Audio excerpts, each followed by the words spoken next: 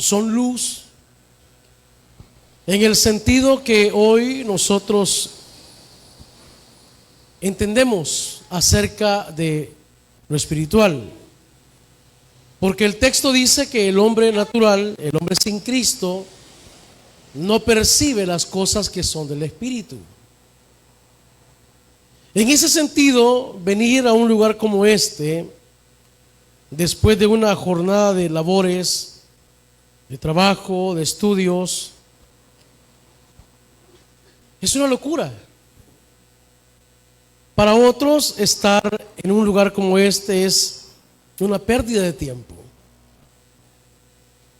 El miércoles recién pasado hablábamos o mencionábamos acerca de el estar sentado en esas sillas, que para nosotros significa venir a buscar la presencia de Dios, no porque la misma no habite en nosotros, sino su gracia, su misericordia, obrando a favor nuestro en alguna área de nuestra vida, de la cual sin duda alguna siempre necesitamos ser ayudados. Venimos a dar testimonio público de nuestra fe. Testimonio de ello es que hermanos nuestros dicen: yo un día pasé por aquí, vi la iglesia, y eso nos dice a nosotros que la iglesia, no hablo de esta congregación, la iglesia de Cristo en general no pasa desapercibida. Siempre cuando hay un evento, una campaña, un culto, siempre hay alguien que está pendiente de lo que sucede, de lo que se dice, de lo que se hace. Y es que, hermano, congregarnos sin duda alguna es de vital importancia para la vida de nosotros los creyentes. Alguien dijo por ahí que hay batallas que se pelean no en la casa, algunas sí en la casa, y no estoy hablando de los pleitos de familia, de esas batallas, no. Estoy hablando de los milagros, estoy hablando de las peticiones nuestras que hay para con Dios. En el primer libro de Samuel encontramos a un hombre llamado Elcana, que tenía dos esposas. Una se llamaba Ana y la otra se llamaba Penina. Penina, dice la escritura, le había dado hijos a este hombre llamado Elcana, y Ana, por ende, pues no podía darle hijos. Y lo que hizo Ana sabiamente fue no confrontar a la otra persona, porque la carta a los Efesios en el capítulo 6 nos enseña que nuestra lucha no es contra carne ni sangre, sino contra huestes de maldad. Sino que lo que hizo fue subir al templo, permanecer allí en oración, en clamor, tanto que el sumo sacerdote llegó a pensar que esta mujer estaba ebria. Ve a la hermana que tiene a la par, está cansada, ¿ya? Está cansada, está preocupada quizá. Pero esta mujer oró tanto, su clamor fue tanto y hizo un trato para con Dios, que si ella lograba quedar embarazada, el niño que naciera, si era varón, ella lo dedicaría, como era costumbre, pero no solo dedicarlo, de presentarlo al Señor cumplidos los 8 días como era la costumbre, sino que el niño permaneciera allí, que creciera allí y que ministrara y sirviera en la presencia del Señor el resto de sus días. Y fue así. Y a cambio de haber ella cumplido con la promesa hecha, de lo cual el libro de Eclesiastés dice que cuando a Dios prometemos algo, justo en el capítulo 5, Él lo toma como deuda, y que cuando vengamos a la casa de Dios, lo que nosotros llamamos la casa de Dios, que en su contexto literalmente era el templo, en su contexto, nos acercáramos más para oír que para hablar. Porque dice el texto mismo que en las muchas palabras pues no falta pecado, en el sentido que podemos comprometer nuestra palabra y después no cumplir, y aquello Dios lo toma como deuda. Pero esta mujer le cumplió a Dios, y a cambio de haberle cumplido a Dios, de llevar ese niño, de presentarlo y dejarlo allí, Dios le concedió la oportunidad de ser madre de otros hijos. Y por eso le decía que congregarnos es tan importante, porque cuando venimos a un lugar como este, aunque quizá nadie lo note, aunque quizá humanamente nadie lo sepa, aquí venimos muchas veces a librar batallas. Y no quiero sonar de la quinta, cuarta dimensión en donde peleamos con otras entidades, aunque pues de hecho nuestra lucha es contra ello, contra nuestra misma naturaleza, contra nuestros pensamientos, contra las influencias del enemigo, contra los ofrecimientos del enemigo. Pero aquí nosotros, por medio de la oración, de un clamor como hoy, que es una noche de fe o un viernes de milagros, sentados en esas sillas, hemos derramado o derramamos nuestro corazón delante del Señor, y Él nos oye, y Él responde, y Él obra. Y algunas veces nos desmotivamos cuando venimos una y otra vez, como sucedía hace algunas décadas, que algunos hermanos nuestros decían: Señor, voy a asistir 5 viernes, 10 viernes, 8 viernes, y si en 5, 10, 8 viernes usted no me responde, yo me retiro de la iglesia. La fe no es para manipular a Dios. La fe es para encontrar gracia delante del Señor. Lo digo de manera entendible, porque cuando nosotros mostramos fe, dice Hebreos 11, capítulo 11, versículo 6, que con ello agradamos a Dios. Entonces hay luchas, hay problemas, hay situaciones que Dios, no digo que no pueda responder en casa, sino que también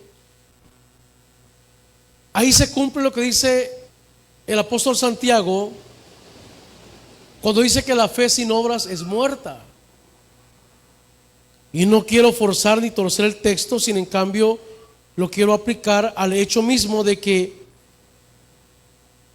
al igual que el Proverbio capítulo 22 dice que el caballo, el 22 es verdad, se alista para la batalla, pero que la victoria la da el Señor. O sea, nosotros hacemos nuestra parte, venimos, nos esforzamos por estar atentos, nos esforzamos por adorar al Señor por medio de un cántico, nos esforzamos por atender el consejo de su palabra, y aquello no pasa desapercibido. Quizá dejamos pendientes algunas actividades u otras ocupaciones, y Dios aquello, aunque no es por méritos, no es por obras, pero sin en cambio no deja de tomarlo en cuenta.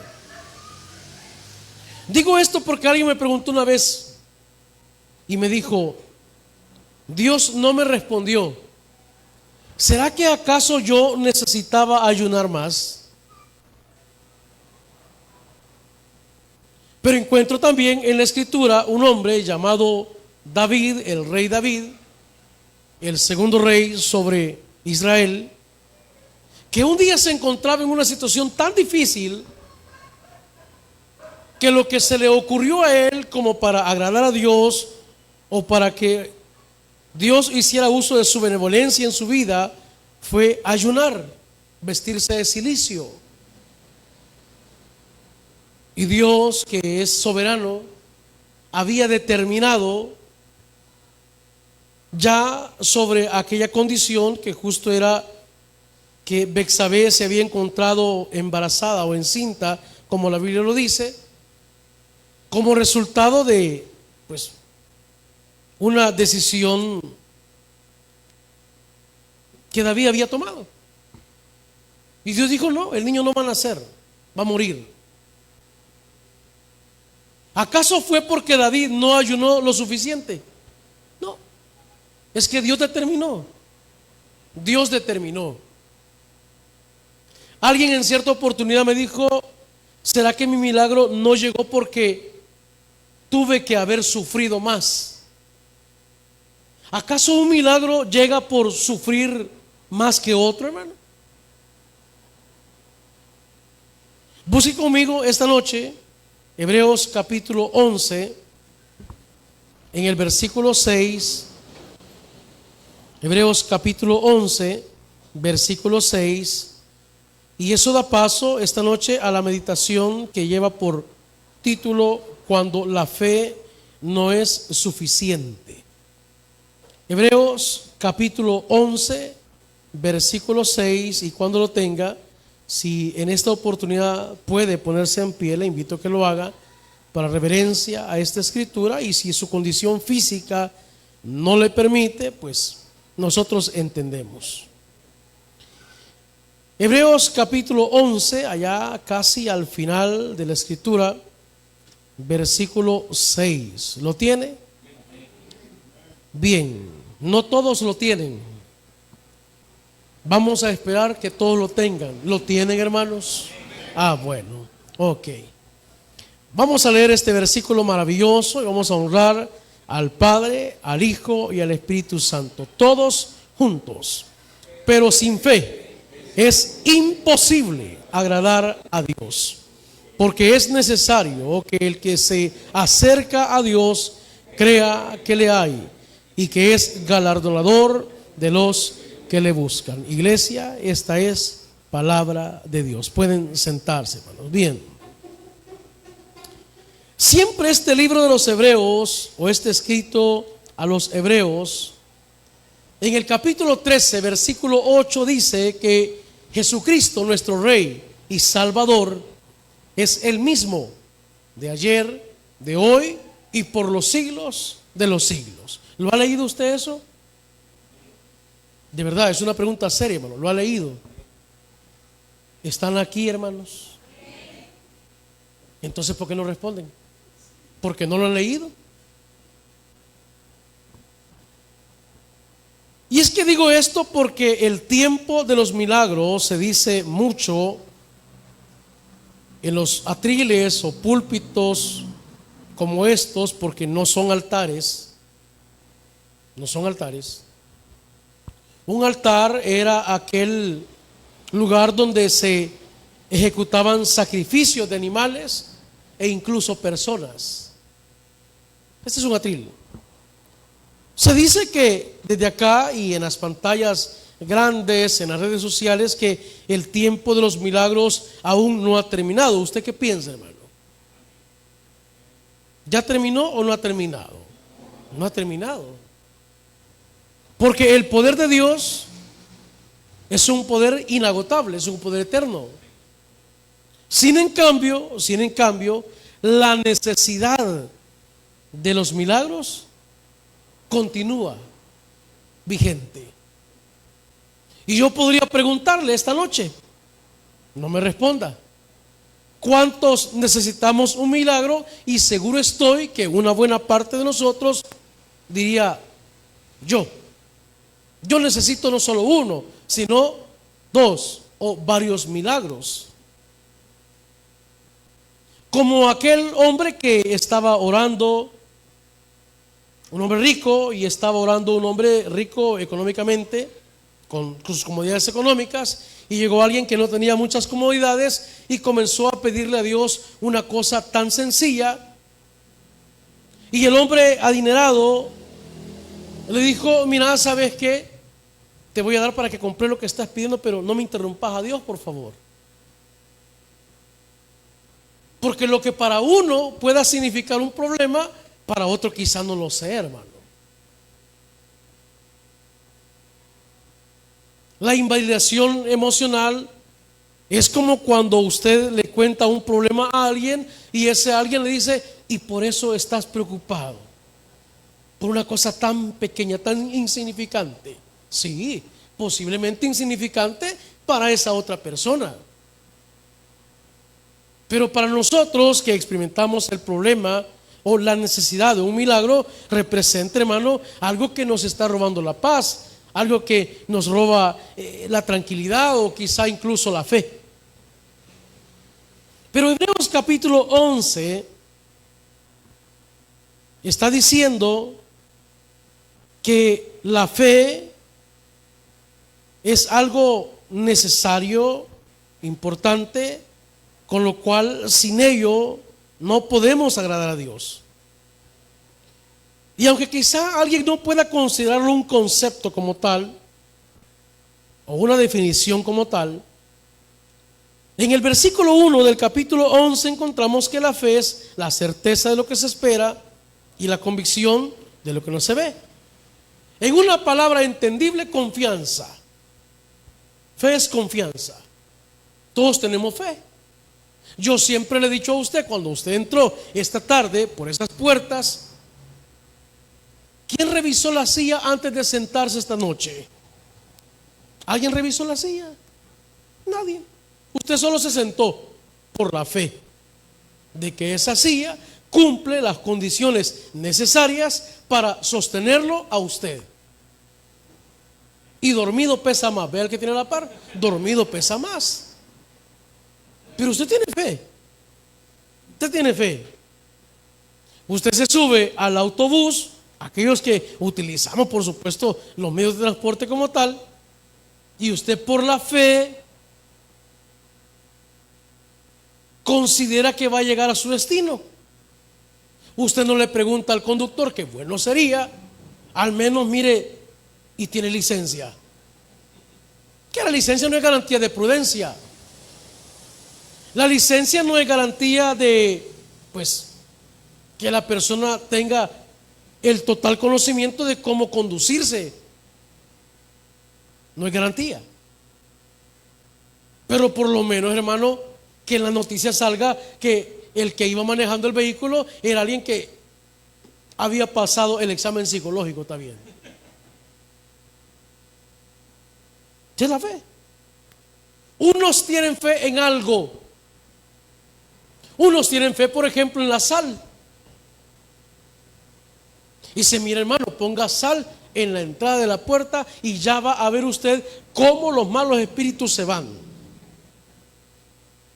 Pero yo encuentro en esta preciosa palabra, siempre escrita por el apóstol Pablo a la iglesia de los Corintios, que donde está el Espíritu de Dios, ahí hay libertad.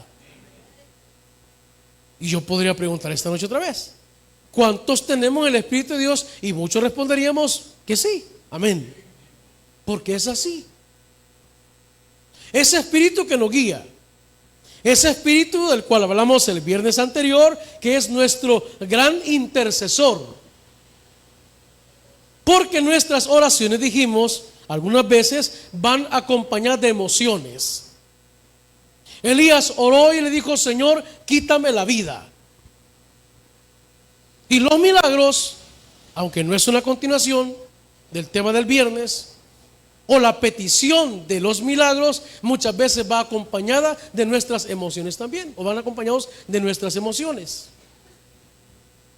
Porque la pregunta es, ¿para qué quiere usted hoy obtener ese milagro, por ejemplo, de sanidad física? Y alguien dirá, para servirle mejor a mi Señor. Y Dios, que es infinitamente perfecto, que conoce los corazones, muchas veces nos lo da.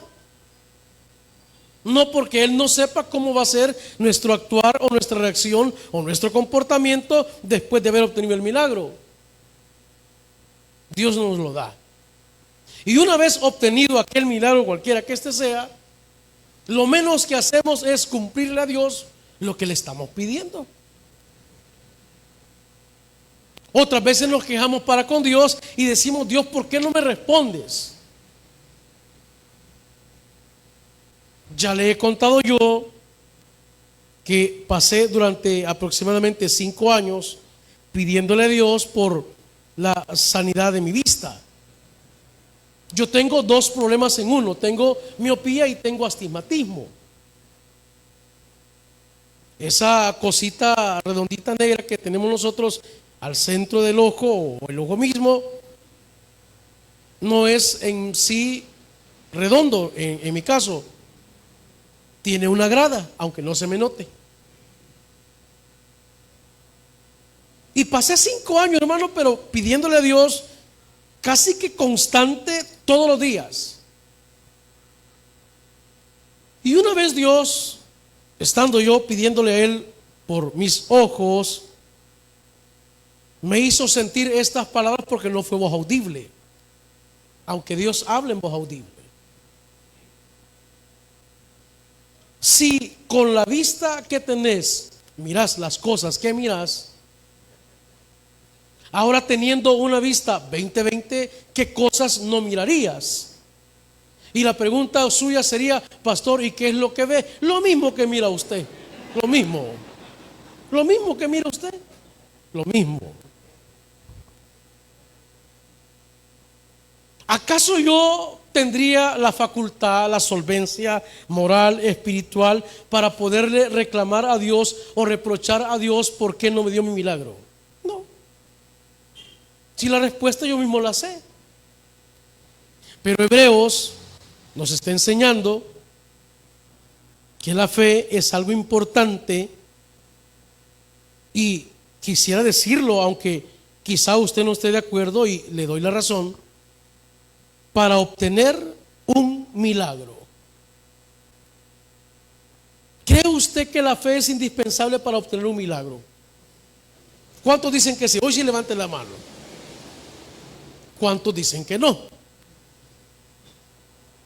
Y los que no levantaron la mano ni en sí ni no, ¿en qué están? No, yo voy a volver a preguntar: ¿cuántos creemos que la fe es indispensable para obtener un milagro? Vale. Ya me fijé, ustedes no levantaron la mano, ¿verdad? O sea, quiere decir que ustedes no están de acuerdo. ¿Cuántos creen que no es indispensable? Ay, entonces, pues, ¿en qué estamos, pues? Pero sin fe es imposible agradar a Dios. Un día un hombre clavado en una cruz junto a nuestro gran maestro Jesucristo, porque no eran los primeros que habían sido crucificados. Antes de ellos, y esa práctica era una práctica muy de continuo. Pero en esa oportunidad habían dos, dice el texto, al lado de Jesús,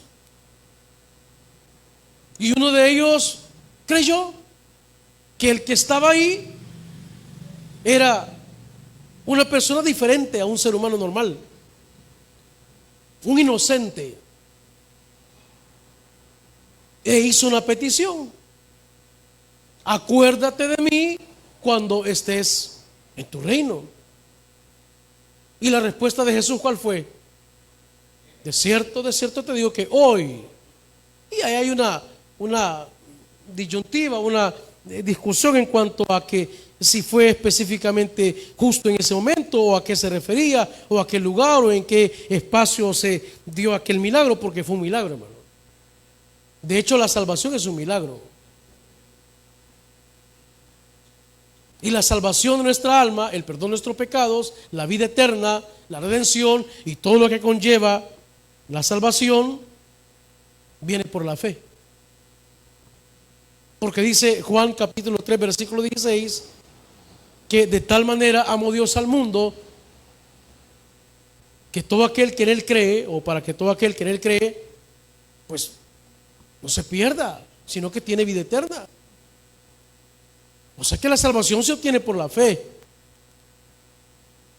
Y si la salvación es un milagro, entonces la fe es indispensable para obtener ese milagro de la salvación. Hubo un hombre llamado Ezequías, al cual un día el profeta llegó y le dijo: dice Dios que vas a morir, que revises el testamento a ver si has distribuido bien tus bienes, y pues que dejes las cosas en orden.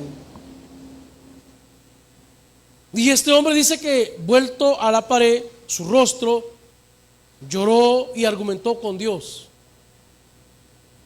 Y le dijo: Señor, al igual que los hermanos del modelo, yo en integridad te he servido, en integridad he andado, al igual que Samuel, al igual que Josué, que tuvieron la osadía, en el caso de Samuel, de pararse un día frente al pueblo y le dijo: señores, aquí estoy, Si alguno es defraudado, si alguno es dañado, si alguno es calumniado, si alguno es difamado, pues este es el momento que puedan decirlo. Y no se encontró nadie, porque Samuel, hermano, era un hombre temeroso, un hombre entregado al Señor. Entonces ahí surge no la contradicción, porque la palabra no se contradice, en cuanto a que si las obras son esenciales también, y no solo la fe, para obtener un milagro. ¿Usted qué piensa, hermano? Alguien me dijo esta semana, es que a Dios rogando y con el mazo dando, como dice la Biblia, me dijo. Y yo le dije, amén, hermana, le dije yo, amén. Así es, le dije yo. ¿Usted qué piensa, hermano? Pero ahí dice que el caballo se alista para la batalla. O sea, el jinete se prepara. Incluso puede armar su estrategia militar. Y Dios, que es soberano, determina, pues, la victoria. Eso es como aquellas preguntas tan profundas que le hacen a uno. Mire, y en un partido de fútbol, ¿Dios con qué equipo va? Hermano, ¿usted qué piensa, hermano? ¿Con el que gana o con el que pierde va? Mis hermanos pastores, ¿qué piensan? ¿Con quién va?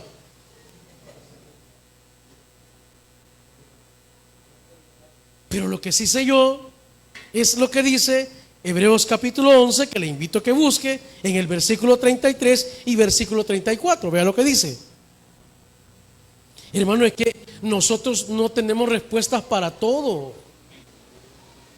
Hay cosas que no, hermano. Pero vea lo que dice Hebreos capítulo 11, versículo 33 y 34. Después que ha mencionado a ciertos hombres y mujeres de renombre en cuanto a sus hazañas, proezas y prodigios, hechos siempre por voluntad divina, mire lo que dice el versículo 33 y el versículo 34. Que por fe conquistaron reinos, hicieron justicia, alcanzaron promesas, taparon bocas de leones, apagaron fuegos impetuosos, evitaron filo de espada, sacaron fuerzas de debilidad, se hicieron fuertes en batalla, pusieron en fuga ejércitos extranjeros. ¿Cómo se llama eso? Milagros. Y no Elías mismo, que movido por sus emociones pidió morir. En el contexto inmediato anterior, no recién había tenido una gran victoria sobre los profetas de Baal, pues. En una oración corta, que cualquiera podría decir con qué intención pudo haber expresado Elías esa oración para que Dios respondiera. Y yo más bien diría con qué fe. Y aunque no hay un parámetro de fe, de poder medir la fe, porque esta noche todos tenemos fe en el Creador de los cielos y la tierra, pero no podemos cuantificar ni medir cuánta fe entre nosotros hay, en el sentido que si nuestros hermanos de este módulo tienen más fe o menos fe que los de este módulo, no podemos cuantificarlo. Pero Elías oró, y dice el corito, y el fuego cayó y consumió hasta las piedras, hermano. Imagínense, hermano, qué fuego tuvo que haber sido ese. Y Hebreos dice en el versículo 33 y 34 que estos hombres y mujeres del capítulo 11 mencionados ahí, por la fe, alcanzaron grandes milagros, hermano. Por eso el tema de esta noche. Cuando la fe no es suficiente, no es una afirmación, sino es una condicional de personas, incluso creyentes, que afirman que no basta la fe, que necesitamos obrar. Por eso la pregunta, ¿usted qué piensa? ¿Las obras son necesarias para obtener un milagro, sí o no? Que ustedes no responden, hombre. Usamos el comodín. ¿Quieren que usamos el comodín? Y le llamamos a aquel, porque aquel sí lee la Biblia. Es que si vamos a la Biblia, encontramos a un hombre llamado Abraham, cuya fe produjo obediencia. Y por su obediencia es que Dios obró a su favor también. Porque este hombre, dice la Escritura, salió a una tierra que no conocía, a un lugar donde él nunca había ido, sin prole, sin hijos, con posesiones, con criados, con una esposa ya bastante avanzada en edad, estéril, pero creyó. Y el apóstol Pablo, allá en la carta a los Romanos, dice que este hombre creyó contra esperanza, o sea, yo no había esperanza. Y Dios, en un diálogo para con este hombre, un día le pregunta lo que afirma Lucas 1:37 y le pregunta: ¿hay algo imposible para mí? Y Abraham dice, no le digo, pues.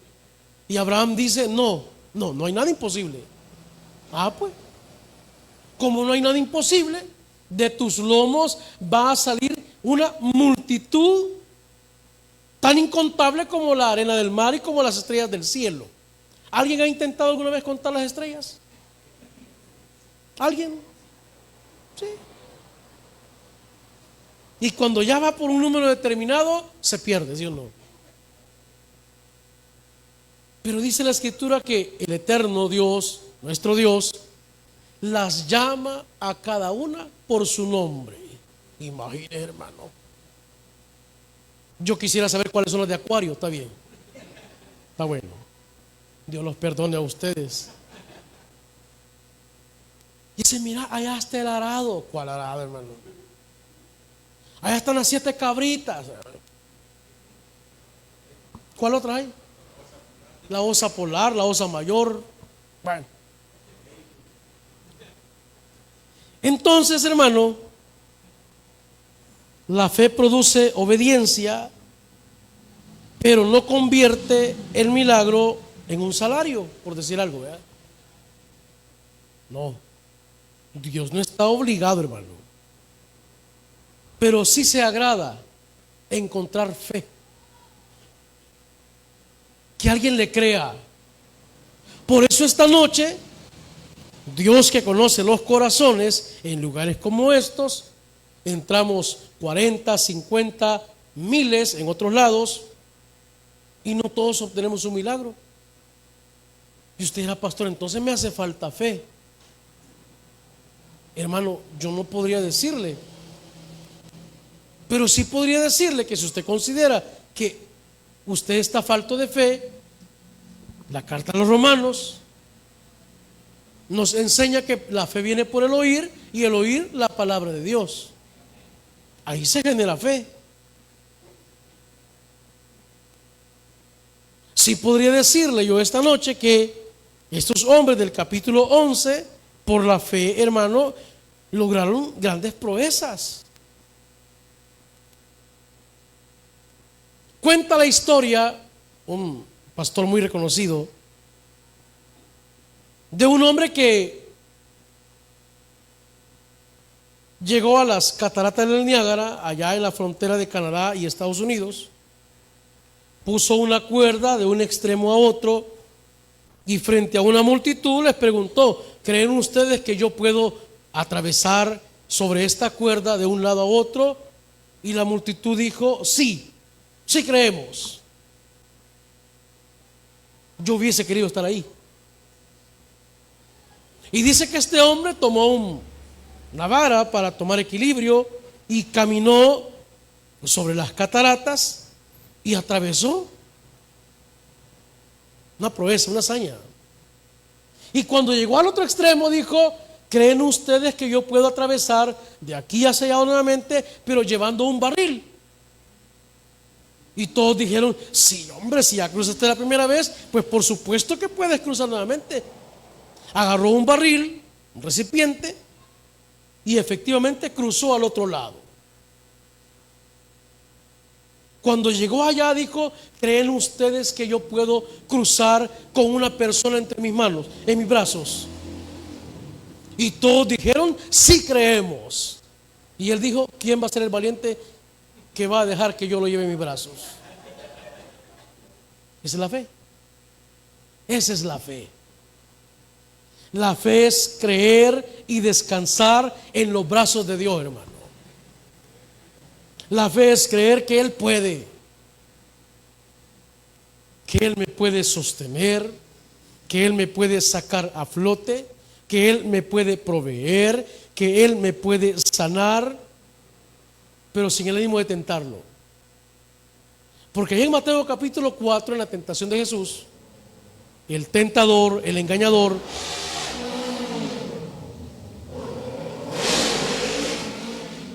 por es que el rico vende, hermanos. Nos vende luces, nos vende ruido. El engañador le dijo a Jesús: yo he leído, le dijo él, porque como ese enemigo conoce la escritura. En un salmo le dijo, no le dijo así, pero que ahí dice que tu Padre, el Eterno, está dispuesto a enviar ángeles para que tu pie no tropiece en el resbaladero. ¿Por qué no hacemos una cosa? ¿Por qué no te lanzas de la parte más alta, de aquí hacia abajo, y comprobamos a ver si es cierto que lo que está escrito ahí se cumple? ¿Y cuál fue la respuesta de nuestro Redentor Jesucristo? Que no podemos tentar a Dios, y lo afirma allá en Santiago. Entonces el milagro que hoy nosotros posiblemente estemos pidiendo, o por el cual hemos venido a buscar, y estamos en el mejor lugar, porque le dije al principio, hay batallas que no se pelean en casa, sino que se vienen a pelear a un lugar como este.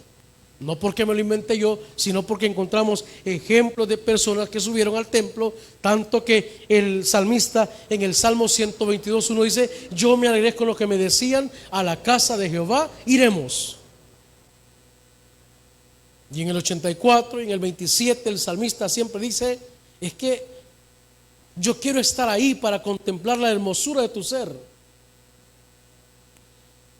De cómo de repente yo puedo llegar enfermo y salir sano, o cómo de repente yo puedo estar ahí, permanecer un tiempo, unos días, unas horas, y que eso da fruto y da resultado. Quizá no hoy, quizá no en 2 meses, quizá en 20 años. Pero el que Dios obra, hermanos. Entonces yo espero que esta noche las obras que usted y yo mostramos delante de Dios y para con Dios no sean creyendo que por medio de ellas vamos a hacer que Dios obre más en nuestra vida, ¿no? Porque alguien podría decir: mire, hermano, yo ayuné, hice 10 ayunos y Dios me respondió. Eso es como aquel medicamento que el mismo medicamento no hace el mismo efecto en otra persona, porque los organismos reaccionan diferentes a un mismo medicamento. Por eso se nos recomienda no automedicarnos. Y se fíjese, hermana, que yo estuve en esa condición y yo tomé tal cosa y tal cosa, sí, pero eso fue él o ella. Y como la vida espiritual y cristiana es una vida y una relación personal para con Dios, es personal para con Dios. Usted y yo sabemos qué nivel de intimidad y qué nivel de confianza y qué nivel de cercanía y qué nivel de fe tenemos con Él, hermano. Usted sabe, y Dios lo conoce. Por eso esta mujer de la cual le hablé yo, llamada Ana, que un día subió al templo, derramó su corazón delante de él. Y aunque le llamaron loca, y no vinieron unos hombres vestidos de blanco, está bien, ya se acordan del corito ustedes, ¿verdad? No, ustedes no pecan, ¿verdad? De esa manera. Esta mujer no le importó. Hermano, ¿y usted por qué va tanto a la iglesia? Mire, si en vez de mejorar, más enfermo se pone. Y no le voy a decir cómo debe de responder, porque hay que respetar la opinión de los demás. Pero sí le puedo recomendar que usted siga en su relación personal para con Dios. Usted sigue, hermano. Las críticas siempre van a existir. Porque el día que usted deje de asistir a pelear sus batallas a este lugar, las personas van a decir: ve, se rindió, ve, no le funcionó. O sea que nunca va a quedar bien. Si viene, porque viene, y si no viene, porque dejó de venir. Que les vaya bien, hermano. Yo solo sé lo que dijo el apóstol Pablo: yo sé a quién he creído, y eso nos basta. Y hemos creído en el mismo que obró en estos hombres y mujeres de Hebreos capítulo 11, ante lo cual Él estableció lo que esta noche leímos. Pero sin fe es imposible agradar a Dios. Vamos a orar. Padre, te damos gracias por tu amor, te damos gracias por tu misericordia, te damos gracias por todo. Usted es bueno, usted es maravilloso, usted es más que bueno.